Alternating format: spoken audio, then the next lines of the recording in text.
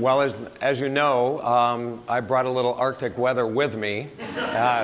It seems to follow me around, so I thank all of you hardy souls for coming out this evening and braving the weather, and I just really appreciate it. And I want to thank the University of Iowa and Shala and her team, especially Casey and Byron, who was very helpful in hanging things and working on lighting and wall quotes and all the things that it takes to get things done for the exhibit. And thanks to my many sponsors and personal friends who have helped so much, and new friends like Midwest One Bank and John Chatterman, and my host in town, Virginia Bremner, right here, Jenny, and Barb Nicknish and her husband Tom.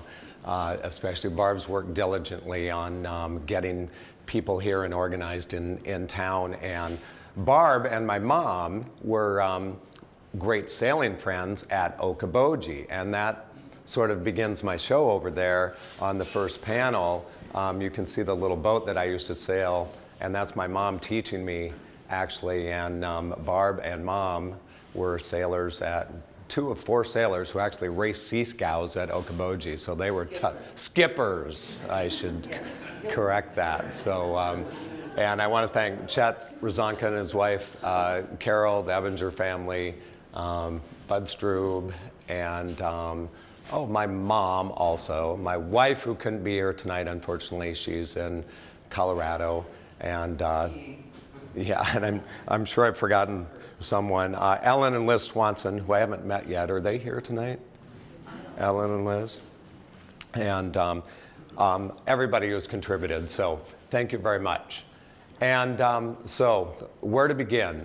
I'm an Iowa boy who grew up in Algona and spent all my summers at Okoboji. My grandparents had a little cabin there, and my grandfather was a sailor, my mom was a sailor, and they sort of taught me the ropes at an early age and got me into little teeny boats and being on the water. And I've just always loved messing around in boats.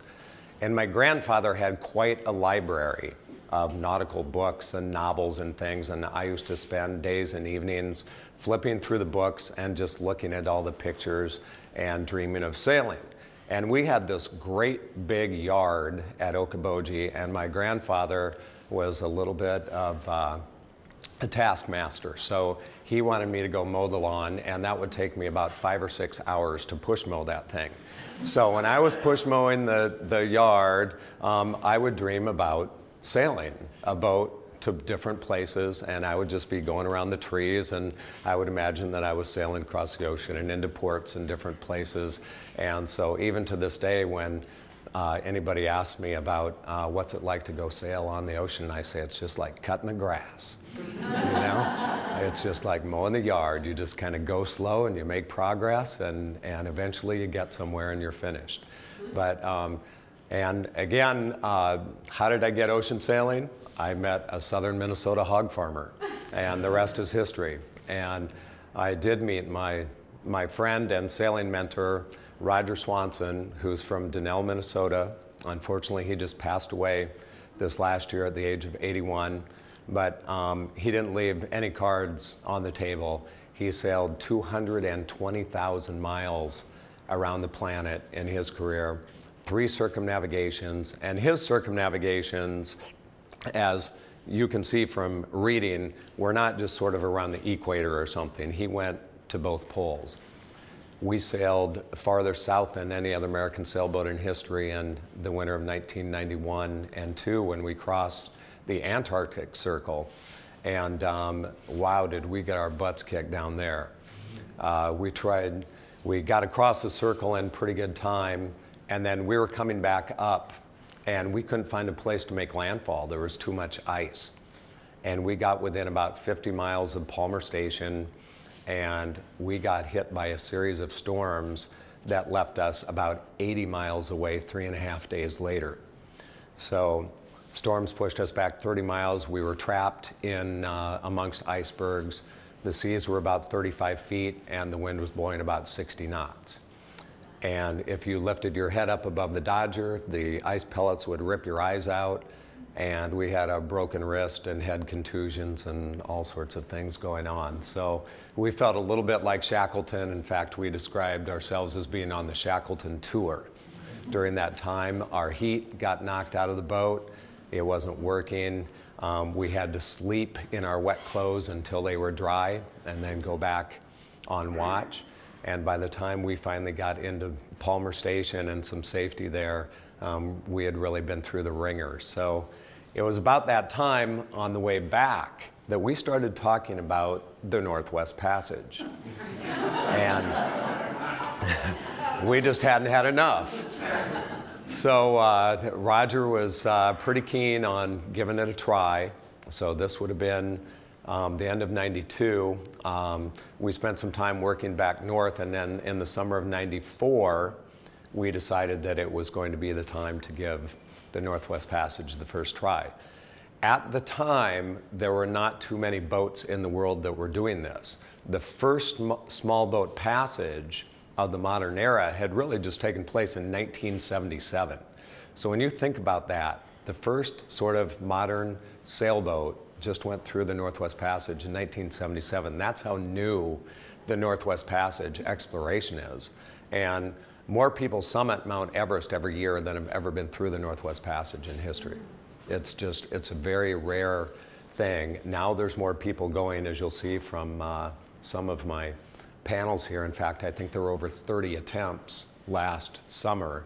And that's everybody from rowers to people on personal watercraft and jet skis and all sorts of crazy folks that I kind of describe a little bit over here. But at the time we did it in '94, there were just 2 sailboats. Ourselves on Cloud 9, which was our 57-foot ketch, and a little French sailboat called Back of the Moon with 3 sailors aboard. So we kind of teamed up and tried it together, and we got pinned against shore and stuck in the ice and pushed around and floated with the pack ice and separated, and pretty much about everything that could happen the wrong way we found. But we gained valuable experience during that time, and we ended up retreating out of the Arctic. We did escape the ice, and we sailed 3,000 miles in retreat back out of the Arctic. You can see some of the traditional routes, but we sailed back out of the Arctic, down all through Baffin Bay, through the southern tip of Greenland called Prince Christian Sound, and then we followed a hurricane all the way across the North Atlantic and sailed into Cork Harbor in Ireland. And we were all pretty beat. We had one of our sailors had to be flown off the boat by the Canadian Coast Guard, and another one lost 27 pounds and collapsed on the dock when we got in. So it was a pretty rugged trip. But again, it just leaves your appetite wanting more, and I guess I'm kind of a glutton for punishment. So I did a number of other trips in between time with Roger Swanson, and the conversation always came back to the Northwest Passage. We got to try it again. We have to do it again.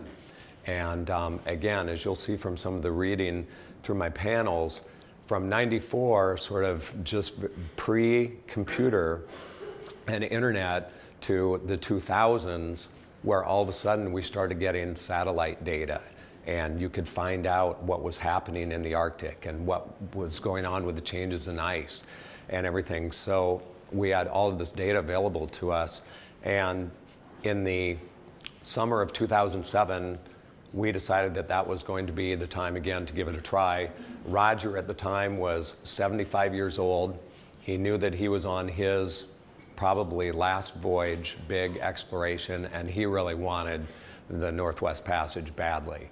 So off we went again, leaving from the Canadian Maritimes on the east side, and then on through the Northwest Passage. Well, this time, in the same place that we encountered all the ice in 1994, as we were trying to get south into the southern channels, these treacherous southern channels, as you look at the map, are right here, this section. And that's where the ice really gets congested. This time we found exactly 0 ice. Something had changed in the Arctic. And we ended up sailing almost 7,000 miles in 73 days and never touched one piece of ice in the entire Arctic as we went through. It was absolutely staggering to us. Pardon? What month? The weather window is in August, usually the middle of August, things kind of open up, and then now, as we've sort of found, the Northwest Passage is usually ice-free, completely ice-free in September, most of September. But that's also the time you've got to get out of there, because it really is a short summer season, and that weather window closes quickly, and then you have the two ends of the Northwest Passage, and they're both extremely treacherous. If you're going west to east, you end up having to go back out into Baffin Bay, and you start getting to night. Remember, in the Arctic summers, it never gets dark, so that's great. You can go 24/7, 24/7, but when it starts getting dark, it goes the other way fast. And darkness and ice do not mix well at all. So on that eastern end, you get out in the ice and icebergs and you can't see the stuff at all. It's very dangerous. On the other end, if you're coming out on the west, you get to deal with the Chukchi Sea, the Bering Strait, and the Bering Sea. And that's just a disaster in the early autumn, let me tell you. And in 2007, after we went through there, that's where we had our biggest storm, was just in the Gulf of Alaska near the Aleutians. We had 73 knots of wind and 35-foot seas for about 12 straight hours with the following sea. And believe me, I was at the helm, and the crew member, Chris Parkman, was sitting there, and he just kept saying, "David, don't turn around. Whatever you do, don't turn around."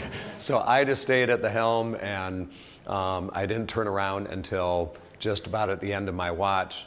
I did take a glance over my shoulder, and I'm not kidding, there was a wave that was about 20 feet tall right over my shoulder that looked like it was just going to break right over the back of our boat.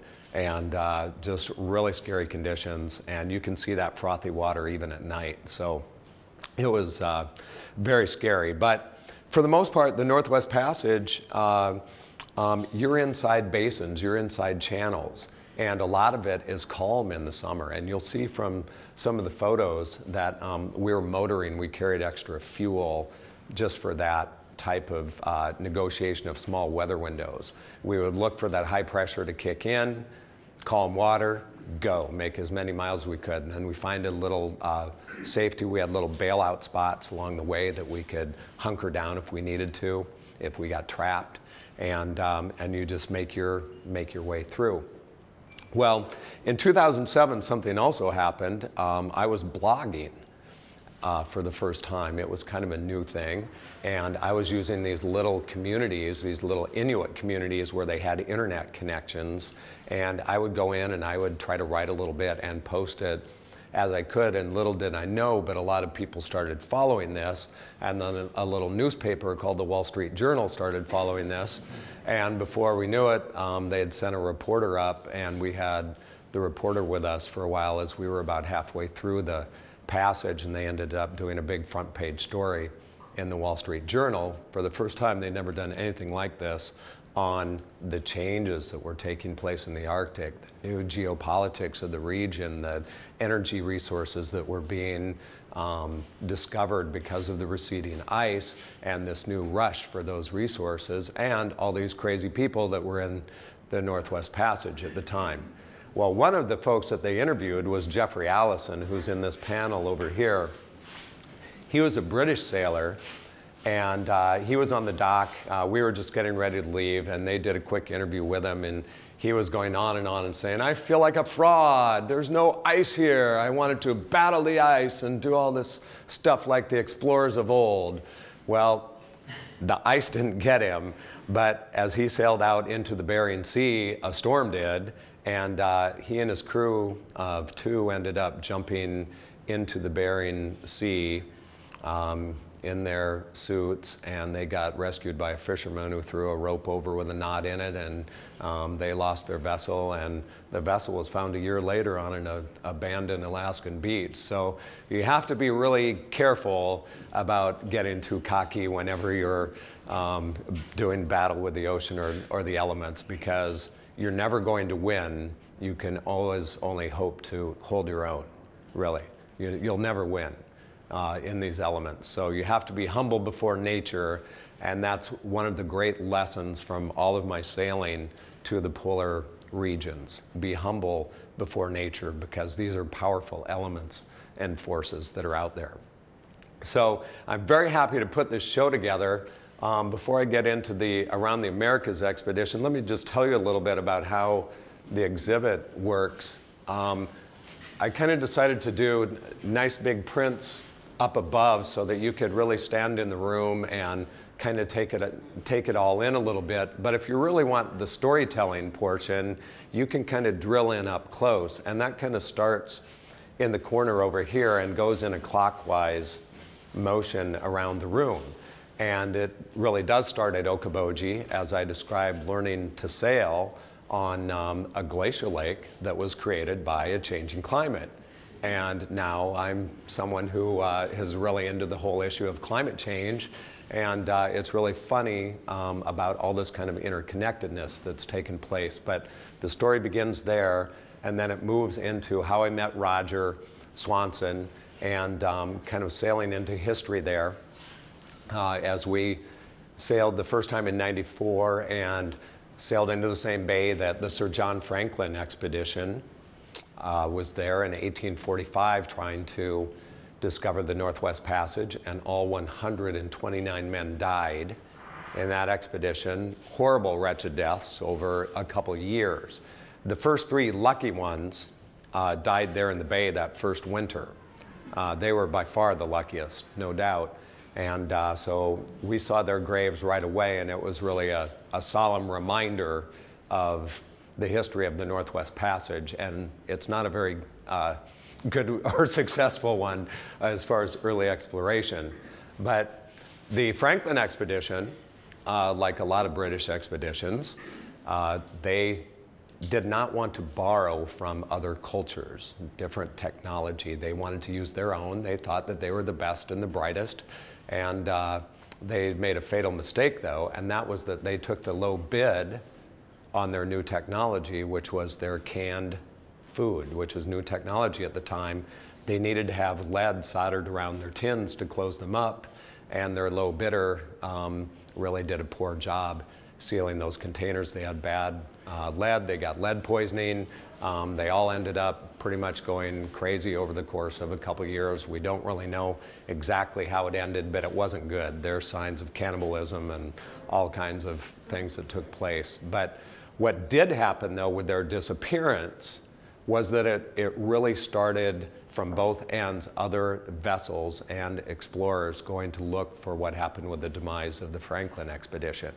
So all of these routes, all of the different areas started getting charted really well and sounded so that in a lot of cases our charts that we still use to this day up there are the same soundings that you'll see they were sounded in 1848 or 1852. And the bottom is constantly shifting in a lot of these places, so you might as well still go with the explorers of old. They did a nice job sounding the areas. And so keep working through here, and I talk about some of the new explorers that are going to the Northwest Passage and the energy resources. My young friend Matt Rutherford did a solo circumnavigation of the Americas in a 27-foot fiberglass sailboat. Imagine that. He never came into port the entire time he was out there. You talk about a crazy dude. So he went through, also never touched any ice in 2011, sailed right through, and there's a picture of his little boat there. There's rowboats that are going through, and there's jet ski people and all sorts of crazy folks trying it out. The Wild Vikings, that's just a crazy story of these guys we met in 2007 that ended up getting arrested by the Canadian Mounties. their boat chained to the dock, and then they got deported from the country. And the Canadians said, we don't even care how you get your boat out of here, you guys are gone. They were 3 Norwegian sailors and 2 Hells Angels. So they were quite a group, and one of them had already been deported, and they were leaving him off in islands with a .357, a bottle of whiskey, and a pup tent. And then they were going into town and causing all kinds of trouble. So the Mounties didn't like that, and all these little communities up there are really fragile, small cultures unto themselves, and they have tremendous difficulties with alcohol, drug abuse, new Western diets that are just ravaging their health systems with lots of diabetes and obesity and things. It's really a big problem up there, and you have to be respectful, and these guys were not very respectful, and that's quite a new problem as more tourists come. There was a cruise ship, in fact 2 cruise ships that went through in 2012 for the first time, the largest cruise ship ever, called the World, went through the Northwest Passage. And as I said, now there's 30-some attempts this past year. So think about us in '94, 2 boats, 2 sailboats, 9 people. In the last 2 years, there have been 60 different attempts at the passage. So, and then there's some kind of funny photos of the gold dredgers in Nome, Alaska. That's like Mad Max meets Beyond Thunderdome or some sort of thing, meets gold dredgers, meets the Wild West. I don't know, they have all these contraptions where they're up there dredging for gold and wild people up there. And then really kind of the end of an era, and I think Roger Swanson was maybe the last of a breed of explorers of our kind of modern era of sailors who had been to lots of points around the world. And Amundsen, who really is kind of my hero as a polar explorer, because he was smart enough and humble enough to borrow from native cultures and see what they were doing to be successful, to wear skins and use furs and eat what they were eating and live like local people were doing in order to be successful. So I really think he was probably the greatest polar explorer ever. And then this, I'll just close with the Around the Americas expedition, was a 28,000-mile journey that I took a couple of years ago after I got back in 2007 and sort of got settled again. I'd been talking with another great sailing friend of mine from Nebraska. I don't know what it is about Iowa, Minnesota, Nebraska, but anyway, Mark Schrader was the project director and captain of this voyage, and he's from Neely, Nebraska, and also Seattle now. But this was a group that was put together by David Rockefeller and a group that he started called Sailors for the Sea. And I had decided after 2007 that I wanted to use my talents, my photography skills, my knowledge of the ice and sailing to get involved with a team that had some higher aspirations and goals.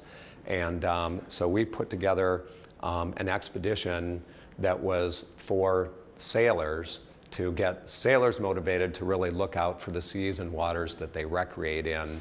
And we needed a big project, and Rockefeller and these guys said, well, why not sail around the Americas? And that'll draw a lot of attention. We'll get sailors' eyeballs looking at what we're doing, and then we'll stop in all these different ports. We have a whole educational curriculum to share with children in the 2 continents, and we'll get scientists involved in all this. So we had 51 different port stops in our 28,000 miles.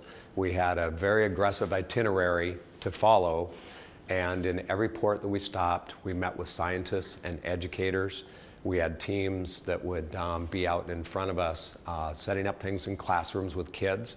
And when we'd come in, we'd fly our big spinnaker if we could and try to make a big splash so the kids would come down to the docks and meet us, and then they could come on the boat and they could get in the nav station and crawl through our bunks and see what we were wearing and wear our big jackets and do all the kind of fun stuff that got them very excited about exploring and being on a ocean-going research vessel.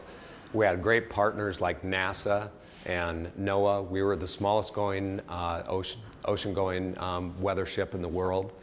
And we had full instrumentation that you can read about over there on the panels, our science and education program. We had educators on board with us, and we had 31 different people that sailed with us, everyone from theoretical physicists to polar scientists to sponsors and friends. So we had quite a group on board. And then we would stop at places like Scripps Institute of Oceanography and share with them and meet with the scientists, and also have hosts like the University of Miami's Rosenstiel School of Oceanography, who we spent about 10 days with in Miami. So this was all part of a big process about ocean and sea awareness programs for kids, that what happens on the land can affect, oh great, a gold button rolls into the room. No. Eventually we sailed from Seattle all the way back to Seattle. But part of that, again, was going through the Northwest Passage from west to east. Again, we did it in one season. And so I've done the Northwest Passage twice, both times in one season. And I'm the only American sailor who's ever done the Northwest Passage both directions. And have crossed the Arctic Circle 6 times by sail. So this is an area that's very dear to me. I think the Arctic is probably the most fascinating place on Earth. It's really seems to be where, if you are interested in the issue of climate change, whether you're someone who believes it's taking place, you're a little bit skeptical or want to learn more or something, take a look at the Arctic. You're seeing average temperature increases there of 6 to 10 degrees just in the matter of a decade or so.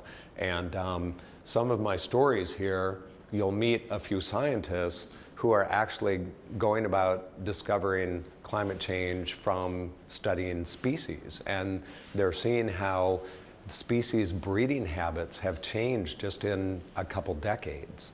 So they've changed by 5 days per decade, and that corresponds with the loss of ice and snow by 5 days each decade. So they didn't necessarily set out to discover climate change. They were studying a species and discovered the link. So there's lots of very interesting stories. My friend Wayne Harden over here in the corner, Inuit hunter, has a different story about a changing climate through what's happening with the permafrost and how their changes in hunting and fishing, and how it's getting windier, and how small boat trips now are very dangerous because there's less ice to buffer the wind and wave action. So they have to plan their weather windows very precisely, or they could get trapped and killed out there very easily in their boats. And they were lucky that they had a 30-foot deep ice cave that took them 2 years to build with ice axes and picks. Other places along the shore in coastal Alaska, where they're only 10 or 15 feet deep, the permafrost is completely melting and they're losing their natural refrigeration. So very interesting story there. And then just some of the funny explorers, you'll meet Tony and Kev there. They were 2 Brits who were sailing through the Northwest Passage on a 17-foot open boat for good fun. They were on leave from the war in Afghanistan and thought they'd take a nice vacation paddling and sailing an open boat through the Arctic. And they were just great guys. One quick story about them, Kevin had, they came on to Ocean Watch and we gave them a little shot of whiskey to warm them up. And Kevin never really raised his arms up too much the whole time. And there's something called the companionway when you go down into the boat, into the main saloon area. And when Kevin started climbing back up there, his socks fell out. He was actually drying and warming up his socks under his armpits the entire time that they'd been on the boat. But they just had an encounter with a polar bear, and they were anchored to some little ice floe there, and they thought it was all good fun. And our writer, Herb McCormick, said after that, after meeting Kevin and Tony, that if the, how do you say it? If they were in charge of the British Empire, there would still be one. I think is how he put it. So anyway, you know, meeting these people, you know, you can't advertise or set traps for them. They just sort of appear out of nowhere. And again, you can follow a little bit along the equator, and weather making was really fascinating. Our our oceanographer that was on board with us, Michael Reynolds, was just fascinated with the tropics, and we got really into how weather actually works, how things rise out of the tropics, and the heat gets redistributed back to the poles, and the whole thing sort of starts over. And of course, Cape Horn, we had a good 104 knots of wind, so it was really something there. We had to kind of survive a night in a hurricane hole. Barely rode that thing out, and finally we got back to Seattle. So, and some of the funny people that were following us that we didn't even know, like Bill Walton, who happens to be a big ocean and sea advocate for water quality and preserving fisheries and things. So he'd been following our whole trip, and we went over and had a nice dinner with him, and it was just really great. So the storyboards are really fun to read. If you get some time to come back, spend some time reading, or you can just take in the photos, but that's sort of the exhibit. It's a combination. Oh, and we'll get the little iPad station going here too. That's kind of a new thing. That has my blog from 2007 that you can scroll through and actually read what I was thinking about when we were going through the Northwest Passage in 2007.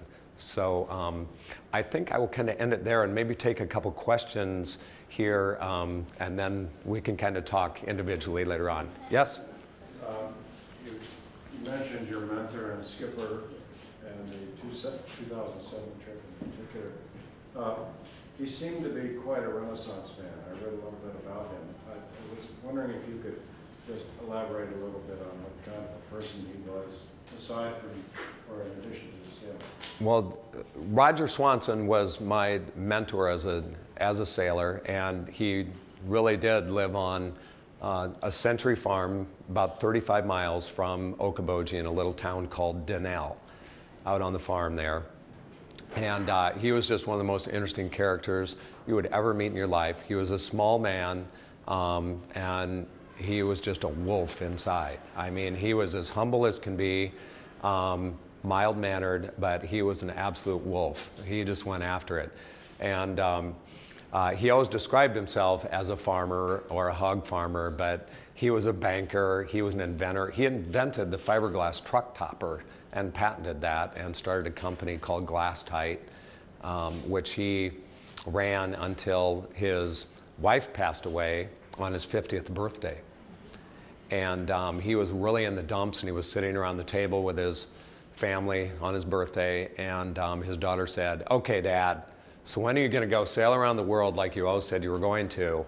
And he said it just hit him like a brick in the forehead, and he said, "Next year." And with that, he went and bought Cloud 9, and over the next 25, 30 years, sailed 220,000 miles. Almost never stopped. So the home port of Cloud 9 was wherever she was. And I have amazing stories about just trying to get to the boat. You know, 3-4 day excursions around the world where you absolutely can't even believe that you end up getting to Cloud 9. But he was also a safecracker. He was an engineer by training, and his father was a mathematician. And together they perfected a mathematical formula to crack any safe in the world. And the FBI even came out and visited him on his farm to make sure that he was all on the up and up. But he used to go out, people would call that, you know, somebody would buy an old building in a town or something, and they'd take a wall out and there'd be a safe, and they'd call Roger and say, "Okay, Roger, I got this safe, can you come open it?" And he'd come in and go, you know, open it up. And he was a navigator on a destroyer.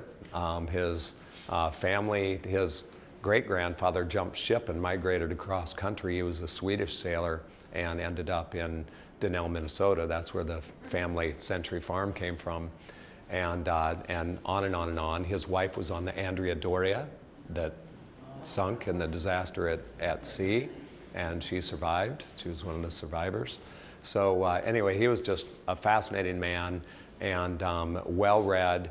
And unfortunately, you know, he was a teetotaler, and he never smoked or drank, but he was diagnosed with stage 4 lung cancer and just was gone like that. Just it was a very, very sad story. But before that had happened, He had his 80th birthday party at his farm in Denell, and 130 sailors came in from all over the world on his farm in Denell, Minnesota.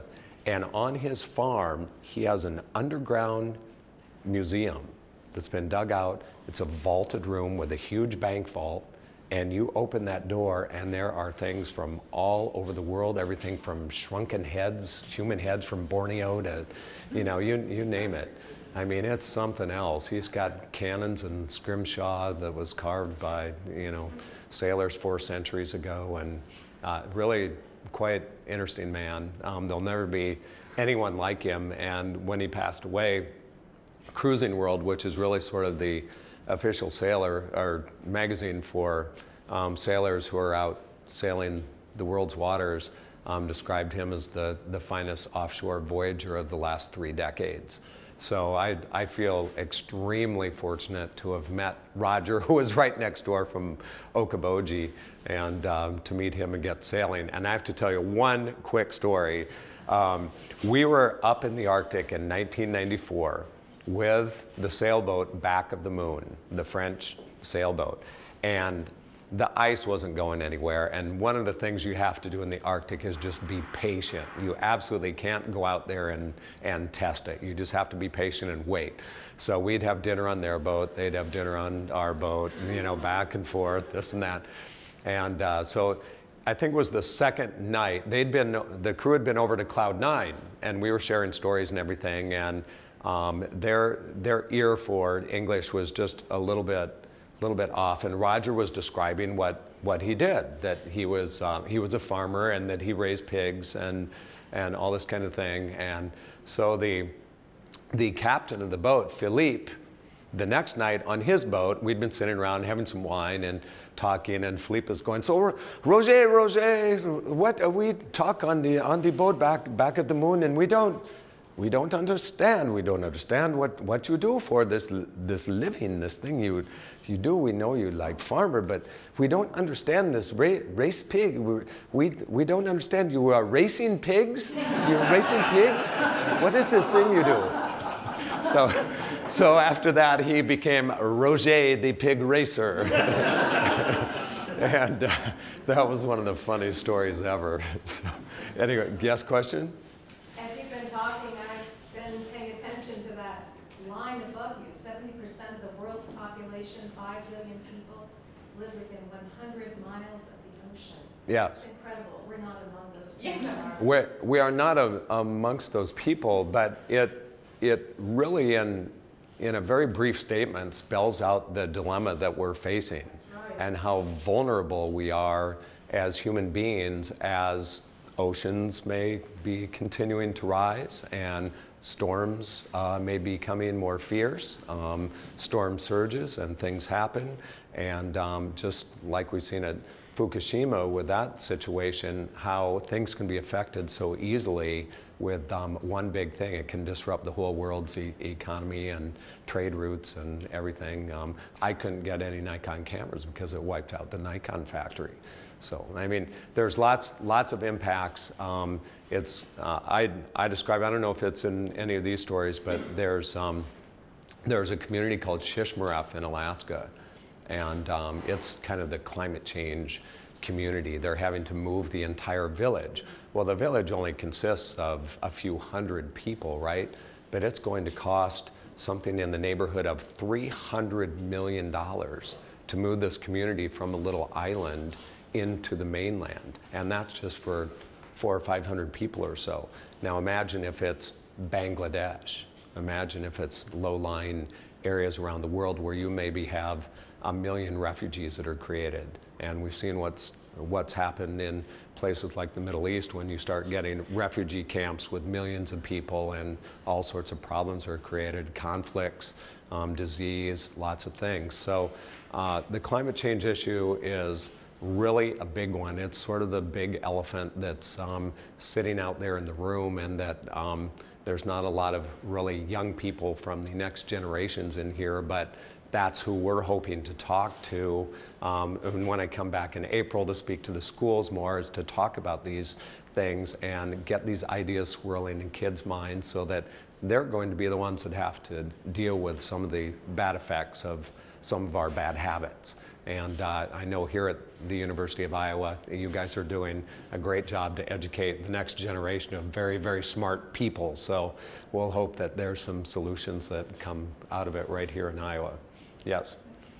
Looking at the map here, Yes. I see that just west Resolute, is it? Yes. There, it looks like from here, it's open water that goes west and then northwest. Yes. Is that, what's that like? That's unnavigable. It's just chock full of ice. The way the pole works with the melting in the summer and the wind patterns is that ice gets pressed down into the Canadian archipelago of islands.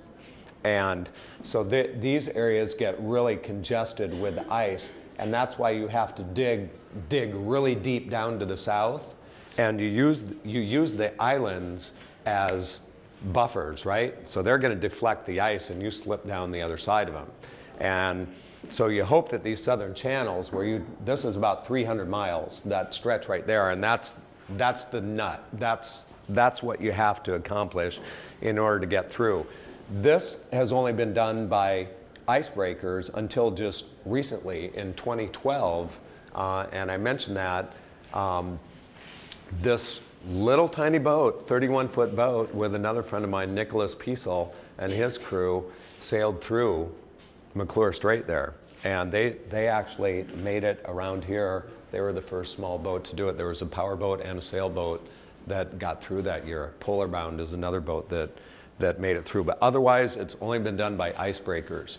It looks like it should be the straight through route, and that's exactly what the early explorers thought. You know, that's the way to go. That is the straight through route.